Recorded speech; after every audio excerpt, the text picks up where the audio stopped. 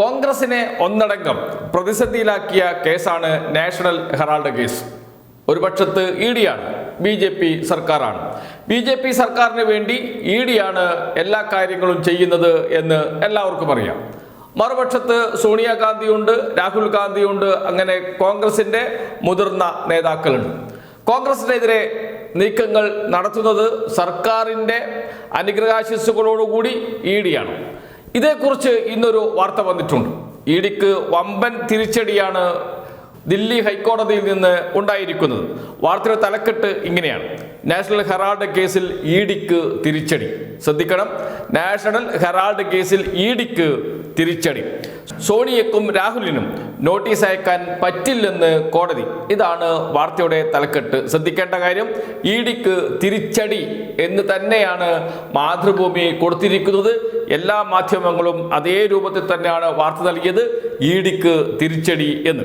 മാതൃഭൂമി ഓൺലൈനിൽ വന്ന വാർത്തയുടെ ആദ്യത്തെ പാരഗ്രാഫ് ഇങ്ങനെയാണ്: കോൺഗ്രസ് മുൻ അധ്യക്ഷ സോണിയാഗാന്ധി ഒന്നാം പ്രതിയും ലോക്സഭാ പ്രതിപക്ഷ നേതാവ് രാഹുൽ ഗാന്ധി രണ്ടാം പ്രതിയുമായ നാഷണൽ ഹെറാൾഡ് കേസിൽ എൻഫോഴ്സ്മെന്റ് ഡയറക്ടറേറ്റിന് ഇ ഡിക്ക് തിരിച്ചടി. ഇ ഡി സമർപ്പിച്ച കുറ്റപത്രം പരിശോധിച്ച റോസ് അവന്യൂ കോടതി വ്യക്തമായ രേഖകൾ നൽകാതെ സോണിയയ്ക്കും രാഹുലിനും നോട്ടീസ് അയക്കാൻ പറ്റില്ല എന്ന് വ്യക്തമാക്കി. കേസ് പരിഗണിക്കുന്നത് മെയ് 2 മാറ്റി. ഇതാണ് വാർത്തയുടെ ഒന്നാം പേജ് മലയാള മനോരമ കൊടുത്തിരിക്കുന്നത്.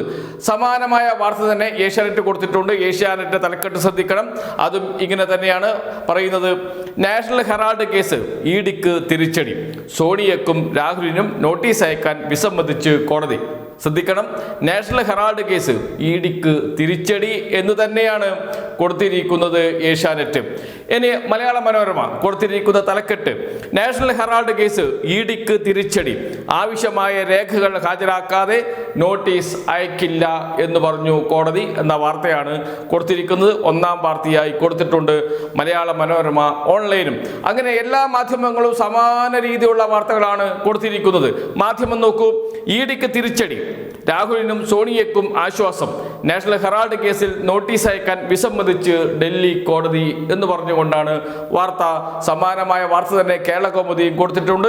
കേരള കൗമുദിയുടെയും തലക്കെട്ട് ഇങ്ങനെ തന്നെയാണ്: നാഷണൽ ഹെറാൾഡ് കേസിൽ ഇ ഡിക്ക് തിരിച്ചടി, സോണിയയ്ക്കും രാഹുലിനും നോട്ടീസ് അയക്കാൻ വിസമ്മതിച്ച് കോടതി. എല്ലാ മാധ്യമങ്ങളും കൊടുത്ത തലക്കെട്ട് ഇ ഡിക്ക് തിരിച്ചടി, എൻഫോഴ്സ്മെന്റ് ഡയറക്ടറേറ്റ് തിരിച്ചടി എന്ന് തന്നെയാണ്. 2 ദിവസം മുമ്പ് നമ്മുടെ മാധ്യമങ്ങളിൽ മറ്റൊരു വാർത്ത കൂടി വന്നിരുന്നു. ആ വാർത്തയിൽ എവിടെയും അന്വേഷണ ഏജൻസിക്ക്, കേന്ദ്ര സർക്കാരിന്റെ കീഴിലാണ് അന്വേഷണ ഏജൻസി, ആ അന്വേഷണ ഏജൻസിക്ക് കോടതിയിൽ നിന്ന് ഒരു തിരിച്ചടി നേരിട്ടപ്പോൾ അന്വേഷണ ഏജൻസിക്ക് തിരിച്ചടി എന്നല്ല വാർത്ത നൽകിയത്. നമ്മുടെ മാധ്യമങ്ങൾ നൽകിയ വാർത്ത വീണ വിജയന് ആശ്വാസം എന്നാണ്. എന്തുകൊണ്ടാണ് ഇവിടെ സോണിയാഗാന്ധിക്ക് ആശ്വാസം, രാഹുൽ ഗാന്ധിക്ക് ആശ്വാസം എന്ന വാർത്ത കൊടുക്കാതിരിക്കുന്നത് മാധ്യമങ്ങൾ? അതുതന്നെയാണ് ഇരട്ടത്താപ്പ് എന്ന് പറയുന്നത്. ഇവിടെ ഒരു കേസ് വന്നാൽ വീണ വിജയന് ആശ്വാസം, അതാണ് വാർത്തയുടെ തലക്കെട്ട്.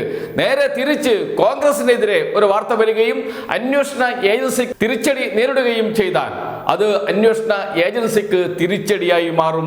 വീണ വിജയന്റെ കേസിൽ CPM-നെതിരായ ഒരു കേസ് വന്നാൽ അത് ഒരിക്കലും അന്വേഷണ ഏജൻസിക്ക് തിരിച്ചടി എന്ന തലക്കെട്ട് കൊടുക്കാൻ നമ്മുടെ മാധ്യമങ്ങൾക്ക് വലിയ പേടിയോ? അങ്ങനെ കൊടുക്കില്ല. കാരണം അവർ ഉയർത്തിക്കൊണ്ടുവന്ന രാഷ്ട്രീയം തകർന്നു പോകും എന്നതുകൊണ്ട് തന്നെയാണ് അങ്ങനെ കൊടുക്കാതിരിക്കുന്നത്. പക്ഷേ കോൺഗ്രസിനെ സംബന്ധിച്ച് വന്നു കഴിയുമ്പോൾ സ്വാഭാവികമായും അവർ തിരിച്ചടി എന്ന വാചകം ഉപയോഗിക്കും.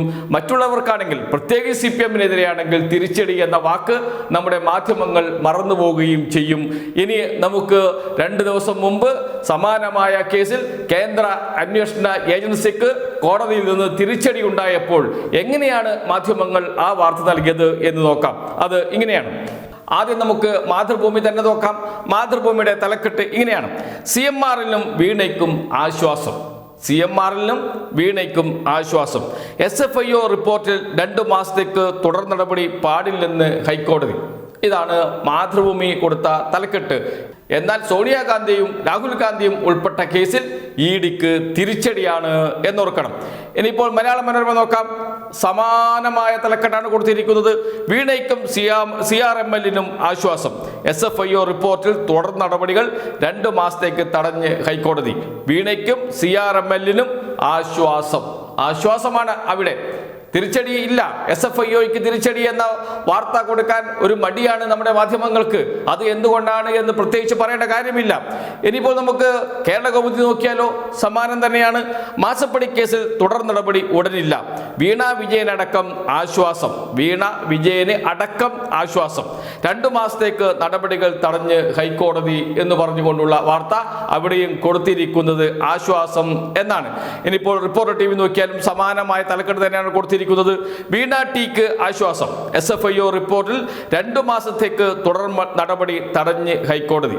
വീണ തൈക്കണ്ടിയിൽക്ക് എന്തോ അവർ വീണ വിജയനി എന്ന് കൊടുത്തിട്ടില്ല. വീണ ടിക്ക് ആശ്വാസം. SFIO റിപ്പോർട്ടിൽ 2 മാസത്തേക്ക് തുടർ നടപടി തടഞ്ഞ് ഹൈക്കോടതി എന്ന്. ഇത് എല്ലാ വാർത്തകളുടെയും തലക്കെട്ട് ഇതേപോലെ തന്നെയാണ്. ഏഷ്യാനെറ്റിന്റെയും അതുപോലെ തന്നെ ദൃശ്യമാധ്യമങ്ങളുടെയും എല്ലാം തലക്കെട്ട് വീണ വിജയന് ആശ്വാസം, CMRL ആശ്വാസം എന്ന് പറഞ്ഞുകൊണ്ടാണ് വാർത്ത വന്നിരിക്കുന്നത്.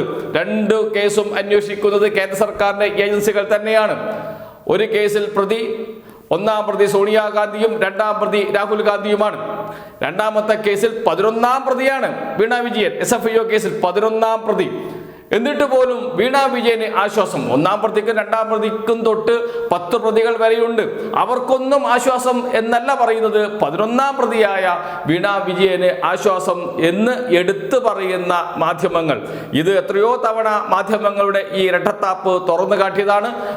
വീണ്ടും പറയേണ്ടി വരുന്നത്, മാധ്യമങ്ങളുടെ ഈ കള്ളക്കളി ആവർത്തിച്ച് പറയേണ്ടി വരുന്നത് അവർ അത് തുടരുന്നത് കൊണ്ട് തന്നെയാണ്. എത്ര പറഞ്ഞാലും എത്ര വിമർശനം ഉയർന്നു വന്നാലും അത് നമ്മുടെ ചെറിയ മാധ്യമങ്ങളിലൂടെ മാത്രമല്ല, വിശാലമായ അർത്ഥത്തിൽ രാഷ്ട്രീയ നേതാക്കൾ ഇക്കാര്യം ആവർത്തിച്ചു പറഞ്ഞാലും തിരുത്താൻ നമ്മുടെ മാധ്യമങ്ങൾ തയ്യാറാകില്ല. കാരണം അവർക്ക് അവരുടേതായ രാഷ്ട്രീയമുണ്ട്. ആ രാഷ്ട്രീയമാണ് അവർ ഓരോ ദിവസവും വിളിച്ചു പറഞ്ഞുകൊണ്ടിരിക്കുന്നത്. അതിന്റെ ഏറ്റവും ഒടുവിലത്തെ ഉദാഹരണമാണ് ഇപ്പോൾ ഇഡിക്ക് എതിരെ, എൻഫോഴ്സ്മെന്റ് ഡയറക്ടറേറ്റിന് എതിരെ ദില്ലി ഹൈക്കോടതിയിൽ നിന്ന് വന്ന ഈ തിരിച്ചടി. അത് എങ്ങനെയാണ് മാധ്യമങ്ങൾ കൈകാര്യം ചെയ്തത് എന്നത് അവരുടെ രാഷ്ട്രീയം ഒന്നുകൂടി ആവർത്തിച്ച് വിളിച്ചു പറയുന്നതാണ്.